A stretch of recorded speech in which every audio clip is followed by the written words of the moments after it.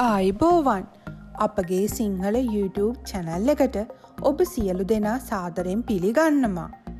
ඔයාලගේ ගෙදරත් ඇති මල් ලබා දෙන්නේ නැති, ගෙඩි ලබා දෙන්නේ නැති ශාක වර්ග බොහෝමයක්ම.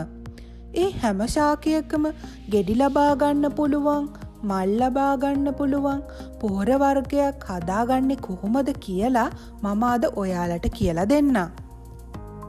ගොඩ දෙනෙකුට තියෙන මූලික ගැටලුවක් තමයි තමන් ආදරෙන් තමන්ගේ ගෙවත්තේ හිටවාගත්ත ගස්වල මාස ගණන් අවුරුදු ගණන් ගියත් ගෙඩි දෙන්නේ නැති, මල් එන්නේ නැති ගස්වලට සතියකින් පොහොර දාලා ගෙඩි ලබා ගන්න පුළුවන් කාබනික පොහොර වර්ගයක් හදාගන්නේ කොහොමද කියලා.